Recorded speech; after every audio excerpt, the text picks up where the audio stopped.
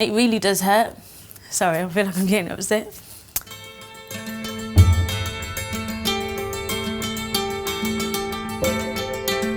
Recently, my daughter and I boarded a train from London to Birmingham, and we sat down in the first class carriage, and a lady came up to us and said, "You do realise you won't be able to travel in this carriage?" I kind of knew where it was going, but I still asked why, and she said, "Well, you need a first class ticket to travel in this carriage."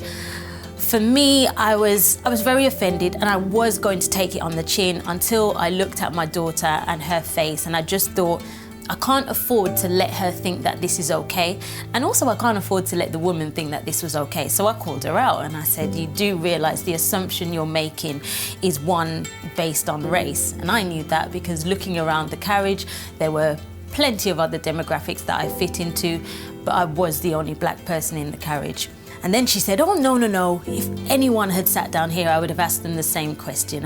And it kind of escalated, and I was just like, you know what? We're going to move.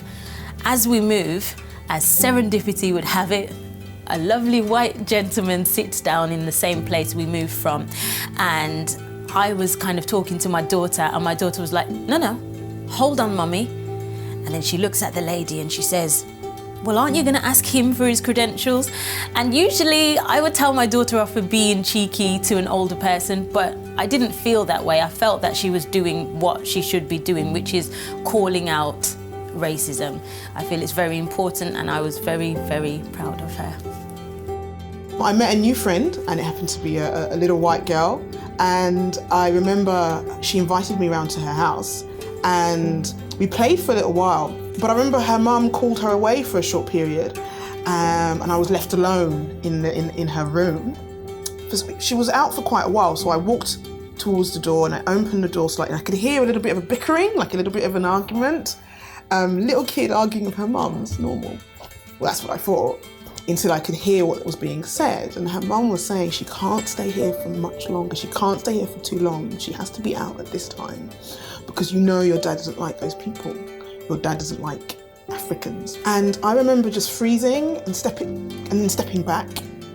I didn't want to obviously be discovered eavesdropping, but that feeling of not being welcome, that feeling of not being accepted as myself in the country of my birth, it really shook me, and it stayed with me. Not enough obviously to stop me from making new friends of all races and identities and welcoming people into my own home, but it stayed with me, and it scares me now that we're in an age where children even aren't being made to feel welcome in the United Kingdom. My family and I were on the M25 driving home from a family party in Surrey in the car. It was a hot day, the windows were open. We happened to all be wearing saris and Indian outfits, so it was particularly hot for us.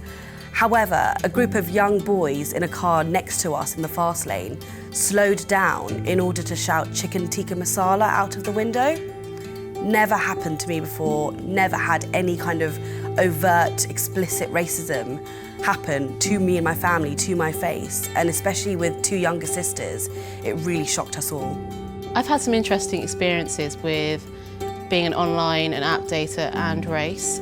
One particular example that I can tell you, and there've been many, was when somebody who hasn't grown up around many ethnic minorities kept asking me about where I was from, and I sort of said, I'm Welsh, and then he kept saying, "Where are you from?" And I sort of said, well, I live in London now, and eventually what I found out what he was trying to ask was, why am I brown and not white? And that was the subtext of the conversation. And then he went on to say that he had never been with a brown girl, and that he'd heard that they were this way and that way, and he wanted to see if that was true. And not only was it incredibly rude and inappropriate, but I also felt quite fetishized in a way that I don't think many people would expect with online dating if you weren't an ethnic minority. So that was very interesting and very telling, and I think these things do need to be called out, so I did call him out on it. We need to make sure we assume the responsibility to call out racism in our homes, on our streets, in our communities. We cannot allow this to happen, and it does not represent us. These small things might seem like they're insignificant in the grander scheme of things, but these microaggressions can really affect our self-esteem, and it's about time that we make sure that that does not happen to another generation. I hope whoever watches this knows that when you see that, when you hear stories like that, particularly of children not being made to feel welcome, that you should call it out.